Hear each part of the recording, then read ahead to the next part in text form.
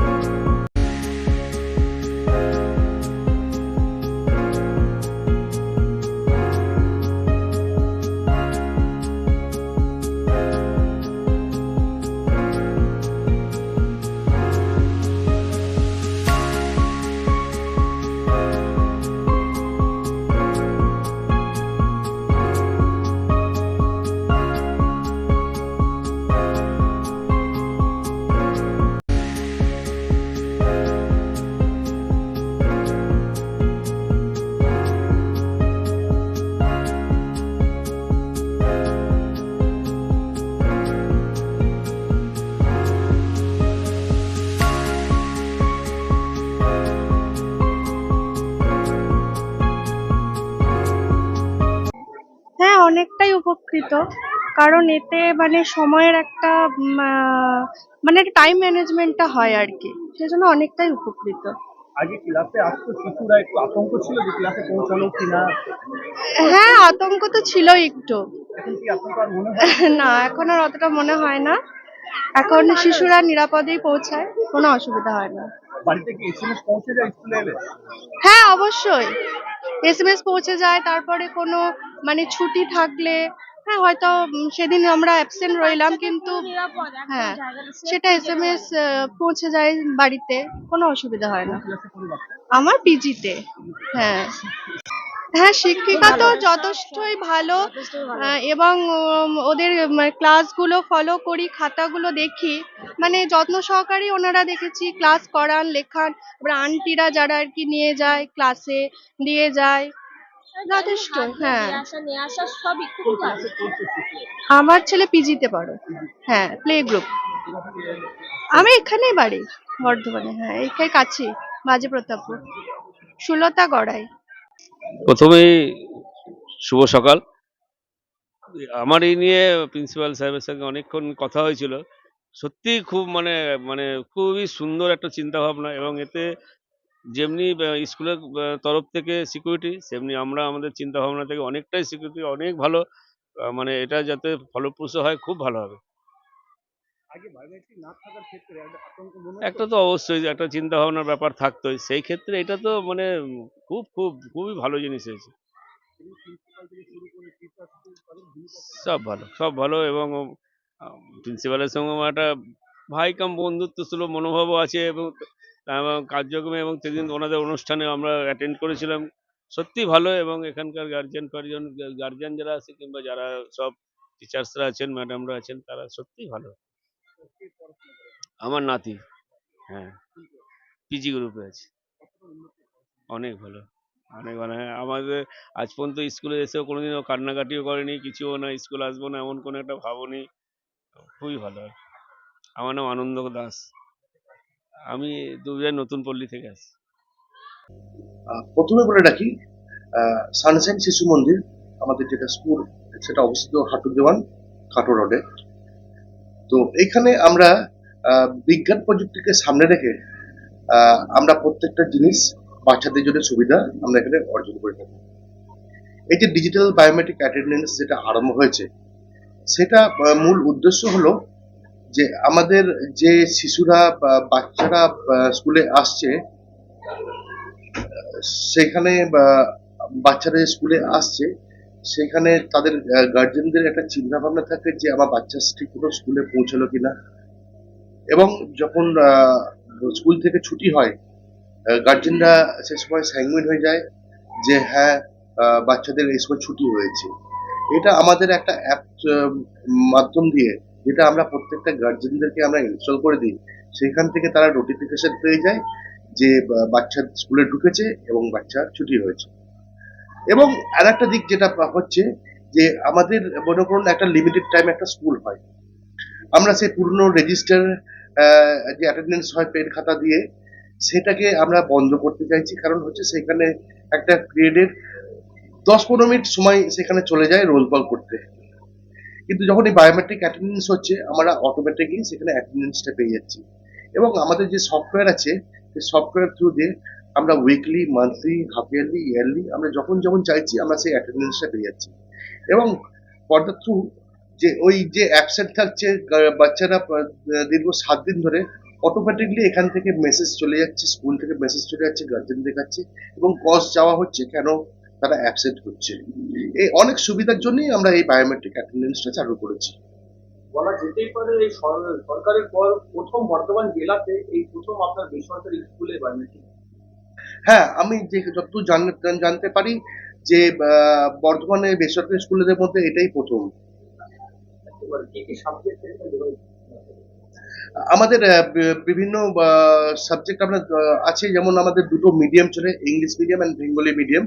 English মিডিয়ামের মধ্যে আমাদের হিন্দি সেকেন্ড ল্যাঙ্গুয়েজে ইউজ করতে পারি, বেঙ্গলি সেকেন্ড ল্যাঙ্গুয়েজে ইউজ করতে পারি। আমাদের ইংলিশ মিডিয়ামে প্লে গ্রুপ থেকে ক্লাস 7 পর্যন্ত আছে, এবং বেঙ্গলি মিডিয়াম অঙ্কুর থেকে ক্লাস 4 পর্যন্ত আছে, যেখানে আমরা ইংরাজি, বাংলা, গণিত, ফিজিক্যাল এডুকেশন,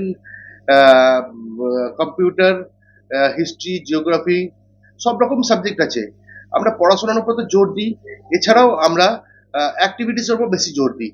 একটা মনস্থির একটা করে রাখি যে বাচ্চারা যেখানে আসছে, সেইখানে তারা যেন বিভিন্ন অ্যাক্টিভিটিস করতে পারে, যেমন যোগা, নাচ, গান, এইগুলো সব থেকে যাচ্ছে। আমাদের স্কুলের বার্ষিক অনুষ্ঠান একটা রাখি, এবং স্কুলের অ্যানুয়াল স্পোর্টস হয়। তাছাড়া রবীন্দ্র জয়ন্তী, নজরুল জয়ন্তী, 15ই আগস্ট, 26শে জানুয়ারি, সব টিচার্স ডে, আমরা সব রকমই আমাদের সেরকমই আমাদের সেখানে সুবিধা আছে। এখন তো বিভিন্ন স্কুলে ভর্তি চলছে, কি বার্তা দেবেন বর্ধমান জেলার মানুষ? দেখুন, 2025 শিক্ষাবর্ষে ভর্তি হতে আরম্ভ করেছে। আমাদের স্কুলে অনেকজনের এখনো পর্যন্ত অ্যাডমিশন নিয়েছে। আমি এর বলতে চাইছি যে আমাদের স্কুল প্রত্যেকটা জিনিসই আমরা খুব কেয়ারফুল। বাচ্চাদের প্রত্যেকটা জিনিস আমরা দেখি, একটা বাবা মা যেমন ভাবে তার সন্তানকে আগলে রাখে, ঠিক আমরা সেভাবে আগলে রাখি। পড়াশোনার তো একটা চাপ থাকবেই, আগামী দিনে আরো চাপ বাড়বে।